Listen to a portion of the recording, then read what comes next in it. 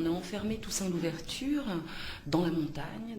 Il a passé presque 9 mois sans sortir une seule fois de sa cellule. Il avait, il faut dire, déjà 60 ans quand il a été emprisonné ici.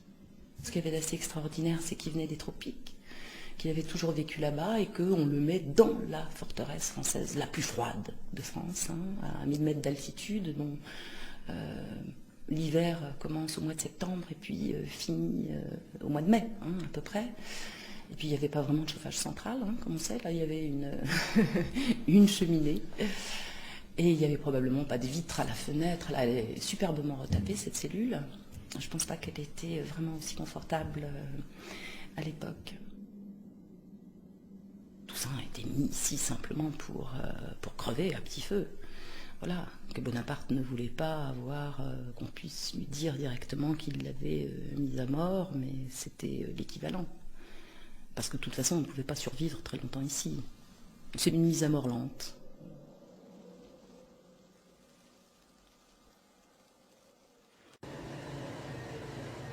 On ne peut pas raconter l'histoire de France entre 1635 et 1850 sans évoquer l'esclavage.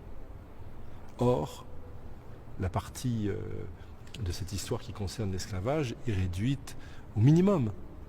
On y fait allusion, mais d'une manière telle que personne n'y comprend rien. La preuve, c'est que les Français ne le savent pas. Quand on parle d'esclavage en France, on pense à la classe de l'oncle Tom, on pense aux Américains, on ne pense pas aux Français. Peu de gens qui se rendent compte que les 8 millions d'Haïtiens aujourd'hui sont les descendants directs de ces hommes, de ces femmes et de ces enfants que les bateaux de Nantes, de Bordeaux, de La Rochelle, de Dunkerque, de Honfleur, de Marseille, de Bayonne ont transportés là-bas. En 1789, la Révolution française éclate. L'Assemblée nationale adopte la Déclaration des droits de l'homme et du citoyen. Mais ce texte ne s'applique pas aux colonies où la législation de l'Ancien Régime perdure. Les hommes naissent donc libres et égaux en droit, mais seulement en métropole. À Saint-Domingue, les colons refusent toute réforme et règnent par la terreur. Plusieurs centaines d'esclaves se rassemblent à Bois-Caïman et décident de conquérir leur liberté par les armes. C'est ici, à Bois-Caïman, donc sur la place Normand-le-Mézy, qu'a eu lieu la cérémonie dite du Bois-Caïman, qui a eu lieu en 1791, le 24 août, dans la nuit du 23 au 24 août. Et au cours de cette cérémonie, les esclaves se sont réunis sous la direction de Boukman pour décider de leur sort. La cérémonie a eu lieu autour de cet arbre. Cet endroit a été tenu secret des esclaves. Les maîtres ne savaient pas qu'ils étaient là. Et ces esclaves, donc, au cours de cette cérémonie, ont donc chacun, en buvant un peu du sang de cochon qu'ils ont égorgé, ont bu du sang. Et il y a eu l'union de tous les esclaves. Donc c'est dans les esprits et dans les cœurs, la révolution a commencé ici. Voici une première trace, un vestige de cette époque où Haïti s'appelait encore Saint-Domingue. Malgré les guerres, les incendies et les tremblements de terre, cet arbre autour duquel s'étaient réunis les esclaves en 1791 est toujours là. Mais je n'ai toujours pas trouvé de traces concrètes de Toussaint Louverture. Était-il présent à cette cérémonie du Bois-Caïman? En était-il un des organisateurs? Et quel était son visage, son allure? On dit que c'était un homme de petite taille, qu'il était même chétif.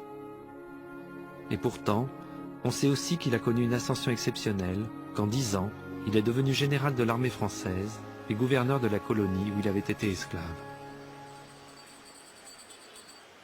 Je me suis ensuite rendu au musée d'art haïtien de Port-au-Prince pour chercher d'anciennes gravures de l'époque coloniale et même des portraits de Toussaint Louverture.